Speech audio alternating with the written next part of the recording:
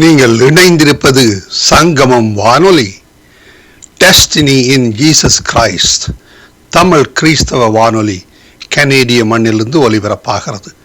Mark 16:15, மத்தேயு 24:14 வசனத்தின்படி இயேசு சீசர்களை நோக்கி, நீங்கள் உலகெங்கும் போய் சர்வ சிருஷ்டிக்கும் சுவிசேஷத்தை பிரசங்கியுங்கள். ராஜ்யத்தினுடைய இந்த சுவிசேஷம் பூலோகமெங்குமுள்ள சகல ஜாதிகளுக்கும் சாட்சியாக பிரசங்கப்படும். அப்பொழுது முடிவு வரும் என்ற வசனத்தின்படி ஆத்துமாக்களை பரலோகத்தில் சங்கமிக்கும் வானொலி சங்கமம். சங்கமம் சங்கமம்.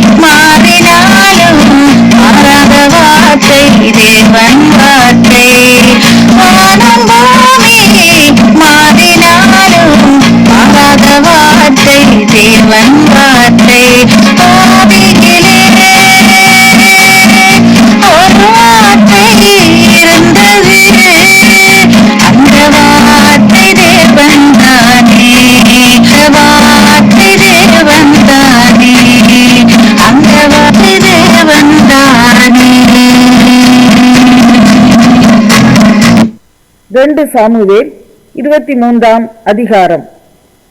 தாவீதுடைய கடைசி வார்த்தைகள். மேன்மையாய் உயர்த்தப்பட்டு யாக்கோபுடைய தேவனால் அபிஷேகம் பெற்று இஸ்ரவேலின் சங்கீதங்களை இன்பமாய் பாடின ஈசாயின் குமாரனாகிய தாவீது என்னும் புருஷர் சொல்லுகிறது என்னவென்றால், கர்த்தருடைய ஆவியானவர் என்னை கொண்டு பேசினார். அவருடைய வசனம் என்னுடைய நாவில் இருந்தது.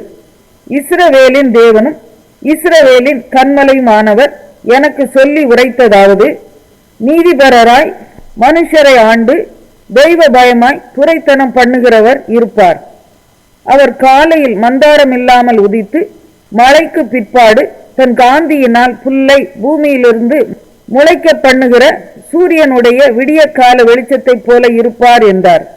என்னுடைய வீடு தேவனிடத்தில் இப்படி இராதோ?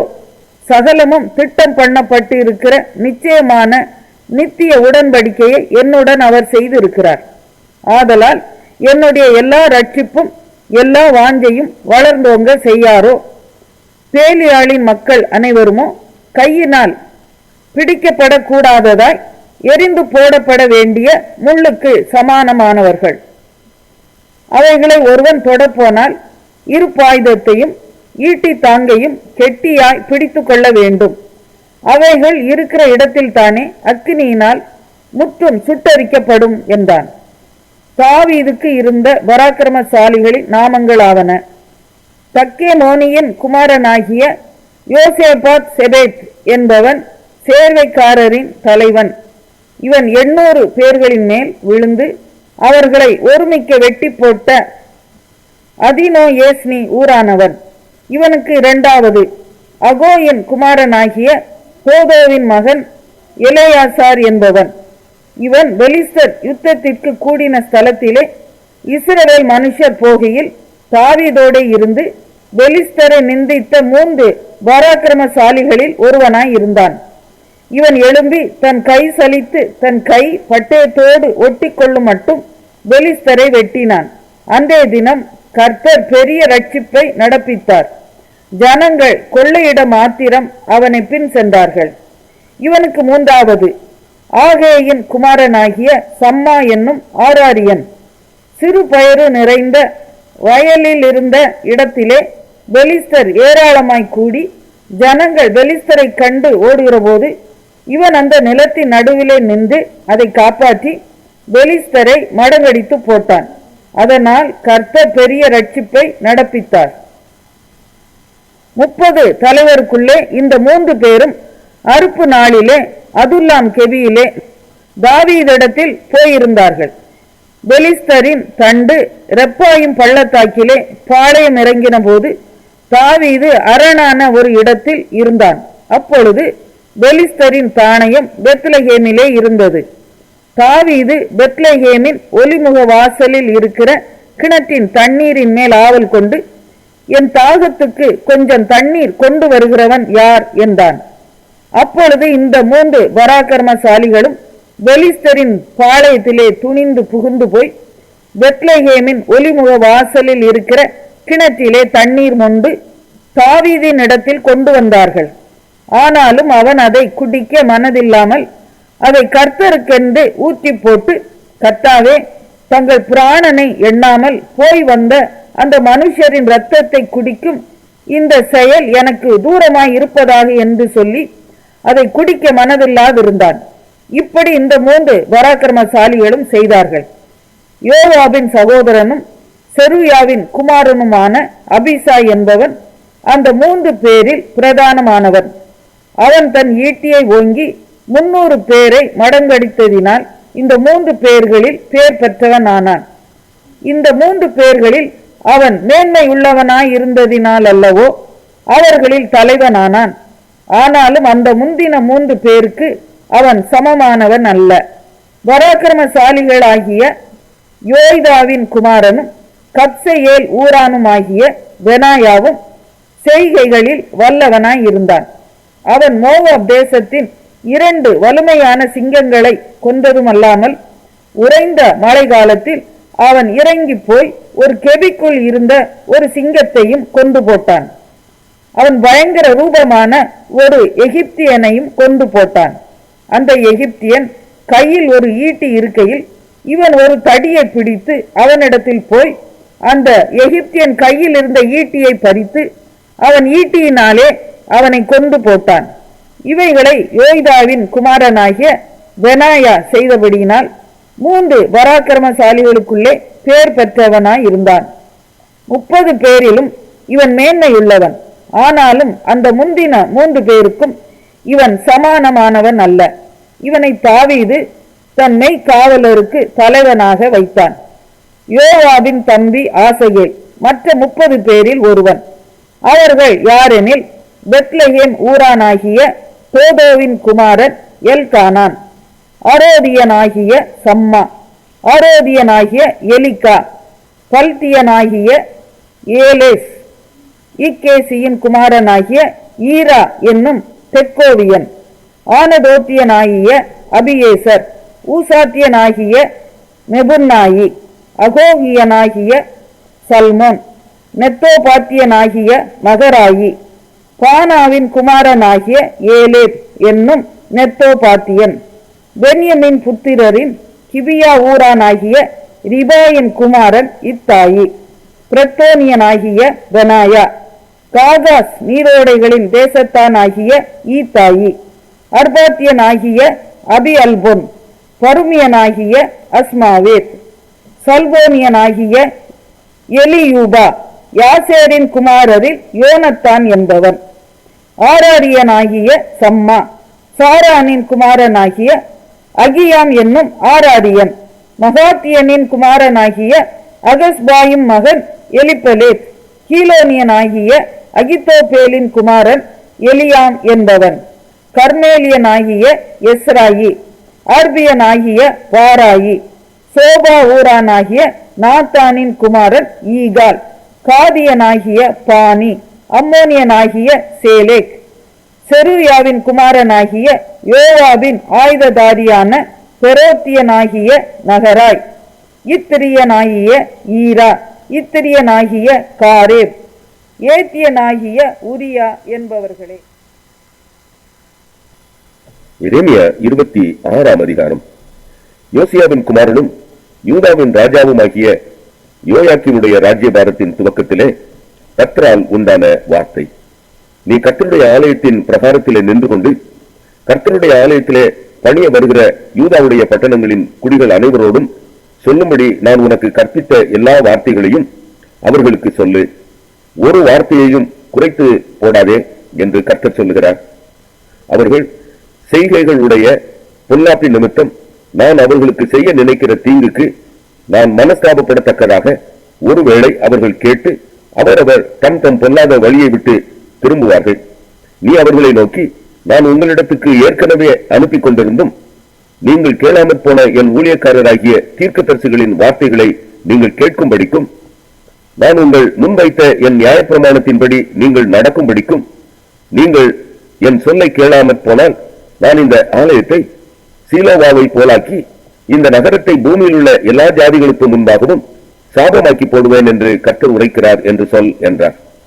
எரேமியா இந்த வார்த்தைகளை எல்லாம் கர்த்தருடைய ஆலயத்திலே சொல்லும் போது ஆசாரியர்களும் தீர்க்கதரிசிகளும் சகல ஜனங்களும் கேட்டார்கள். சகல ஜனங்களுக்கும் சொல்ல கர்த்தர் தனக்கு கற்பித்தவைகளை எல்லாம் எரேமியா சொல்லி முடித்த போது ஆசாரியர்களும் தீர்க்கதரிசிகளும் சகல ஜனங்களும் அவனை பிடித்து, நீ சாகவே சாக வேண்டும், இந்த ஆலயம் சீலோவை போலாகி இந்த நகரம் குடியில்லாமல் பாழாய்ப்போம் என்று நீ கர்த்தருடைய நாமத்திலே தீர்க்க தரிசனம் சொல்வானேன் என்று சொல்லி ஜனங்கள் எல்லாரும் கர்த்தருடைய ஆலயத்திலே எரேமியாவுக்கு விரோதமாய் கூடினார்கள். யூதாவின் பிரபுக்கள் இந்த வர்த்தமானங்களை கேட்டு ராஜாவின் வீட்டிலிருந்து கர்த்தருடைய ஆலயத்துக்கு போய் கர்த்தருடைய புதிய வாசலில் உட்கார்ந்தார்கள். அப்போது ஆசாரியர்களும் தீர்க்கதரிசிகளும் பிரபுக்களையும் சகல ஜனங்களையும் நோக்கி, இந்த மனுஷன் மரண ஆக்கினைக்கு பாத்திரன், உங்கள் செவிகளாலே நீங்கள் கேட்டபடி இந்த நகரத்துக்கு விரோதமாக தீர்க்க தரிசனம் சொன்னானே என்றார்கள்.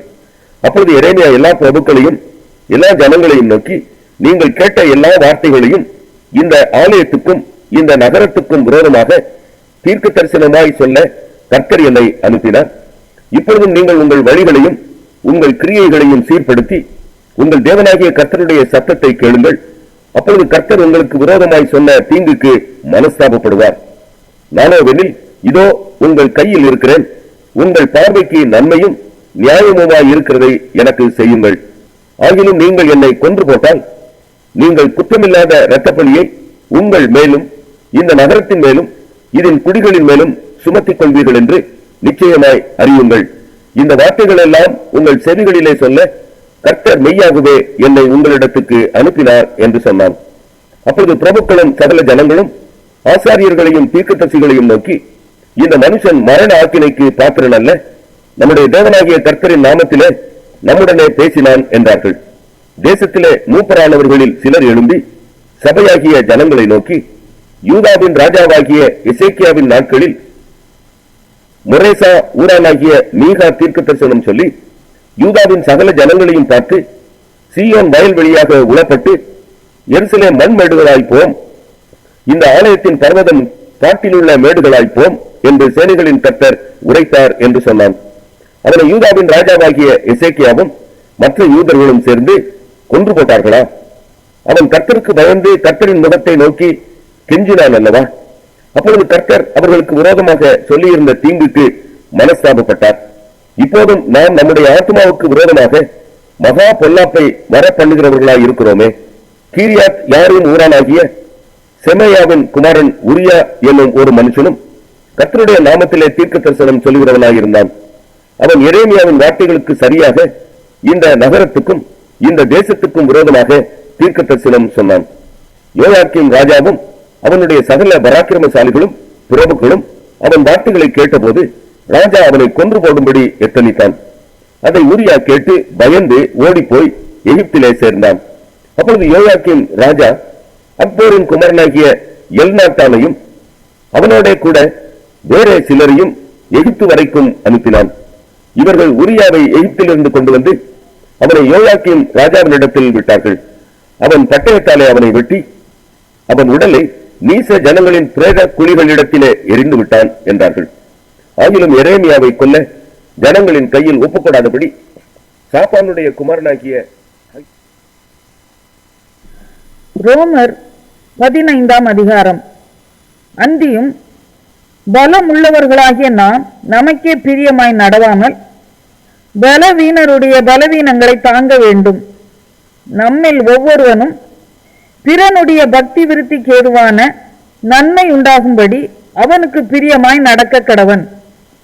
கிறிஸ்துவும் தமக்கே பிரியமாய் நடவாமல் உம்மை நிந்திக்கிறவர்களுடைய நிந்தைகள் என்மேல் விழுந்தது என்று எழுதியிருக்கிறபடியே நடந்தார். தேவ வசனத்தினால் உண்டாகும் பொறுமையினாலும் ஆறுதலினாலும் நாம் நம்பிக்கை உள்ளவர்களாகும்படிக்கு முன்பு எழுதியிருக்கிறவர்களெல்லாம் நமக்கு போதனையாக எழுதியிருக்கிறது. நீங்கள் ஒருமனப்பட்டு நம்முடைய கர்த்தராகிய இயேசு கிறிஸ்துவின் பிதாவாகிய தேவனை ஒரே வாயினால் மகிமைப்படுத்தும்படிக்கு பொறுமையையும் ஆறுதலையும் அளிக்கும் தேவன் கிறிஸ்து இயேசுவினுடைய மாதிரியின்படியே நீங்கள் ஏக சிந்தை உள்ளவர்களாய் இருக்கும்படி உங்களுக்கு அனுக்கிரகம் செய்வாராக.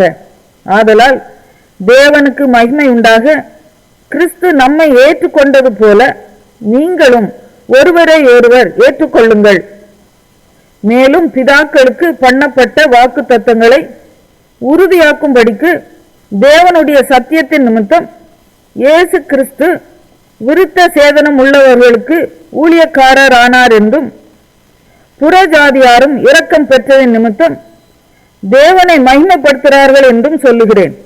அந்தபடி இதன் நிமித்தம் நான் புறஜாதிகளுக்குள்ளே உம்மை அறிக்கை பண்ணி உம்முடைய நாமத்தை சொல்லி சங்கீதம் பாடுவேன் என்று எழுதியிருக்கிறது. மேலும் புறஜாதிகளே, அவருடைய ஜனங்களோட கூட களி கூறுங்கள் என்கிறார். மேலும் புறஜாதிகளே, எல்லாரும் கர்த்தரை துதியுங்கள், ஜனங்களே எல்லாரும் அவரை புகழுங்கள் என்றும் சொல்லுகிறார். மேலும் ஈசாயின் வேரும் புறஜாதியாரை ஆளும்படிக்கு எழும்புகிறவருமாகிய ஒருவர் தோன்றுவார், அவரிடத்தில் புறஜாதியார் நம்பிக்கை வைப்பார்கள் என்று ஏசாயா சொல்லுகிறான். பரிசுத்த ஆவியின் பலத்தினாலே உங்களுக்கு நம்பிக்கை பெருகும்படிக்கு நம்பிக்கையின் தேவன் விசுவாசத்தினால் உண்டாகும் எல்லாவித சந்தோஷத்தினாலும் சமாதானத்தினாலும் உங்களை நிரப்புவாராக.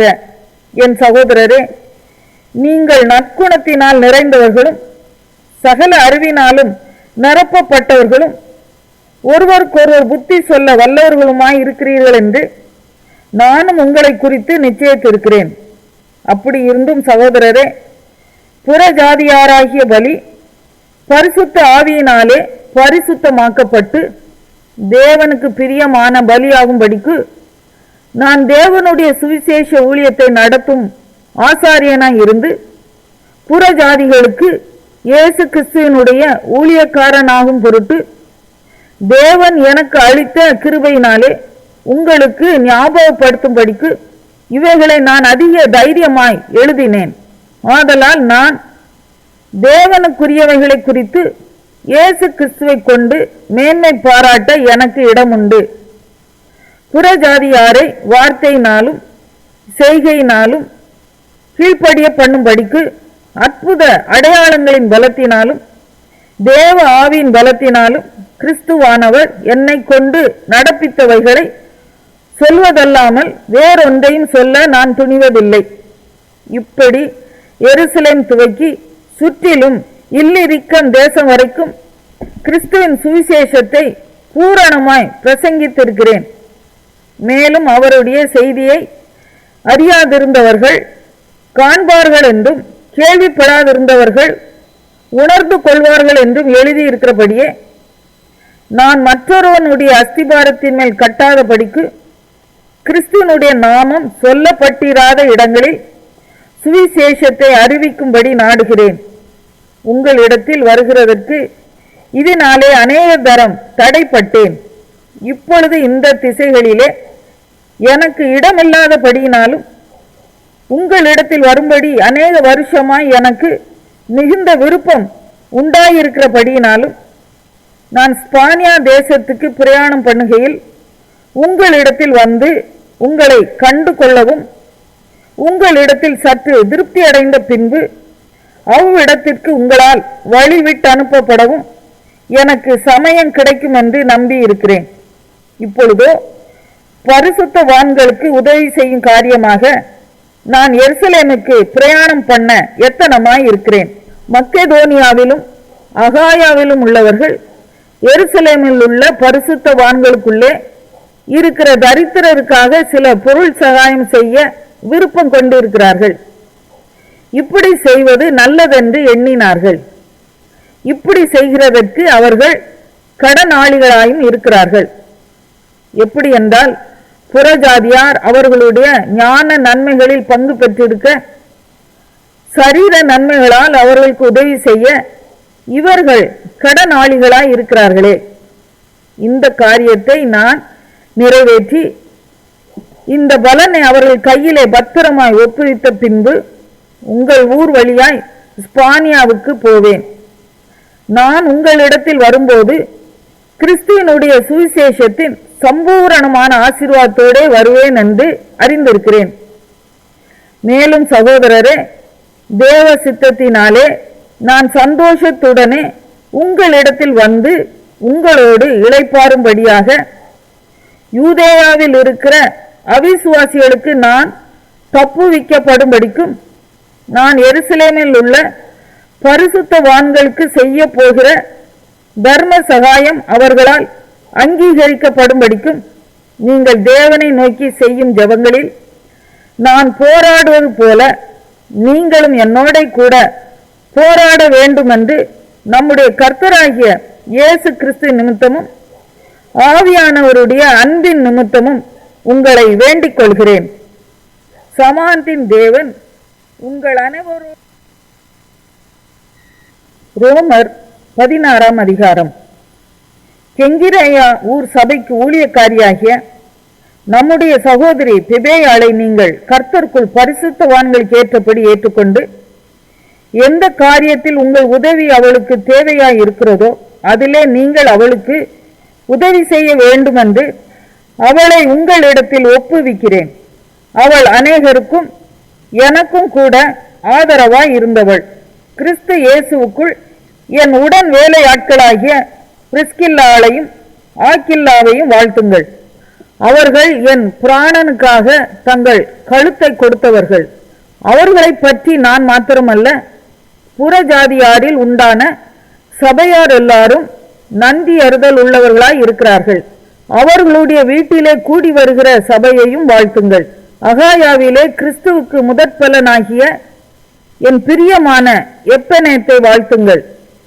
எங்களுக்காக மிகவும் பிரயாசப்பட்ட மரியாளை வாழ்த்துங்கள்.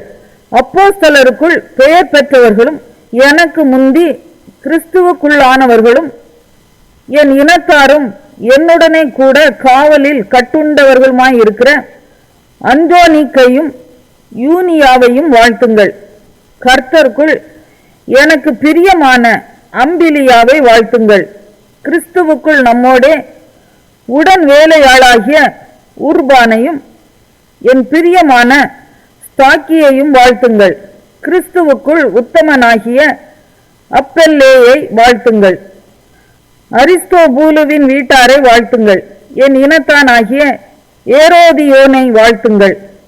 நர்கீசுவின் வீட்டாரில் கர்த்தர்க்குட்பட்டவர்களை வாழ்த்துங்கள். கர்த்தர்க்குள் பிரயாசப்படுகிற திரிவேனாளையும் திரிபோசாலையும் வாழ்த்துங்கள். கர்த்தர்க்குள் மிகவும் பிரயாசப்பட்ட பிரியமான பெர்சியாளை வாழ்த்துங்கள். கர்த்தர்க்குள் தெரிந்து கொள்ளப்பட்ட ரூபையும் எனக்கும் தாயாகிய அவனுடைய தாயையும் வாழ்த்துங்கள். அசிங்கிரீத்துவையும் பிலோகோனையும் எர்மாவையும் உத்திரேபாவையும் எர்மேயையும் அவர்களோடு இருக்கிற சகோதரரையும் வாழ்த்துங்கள்.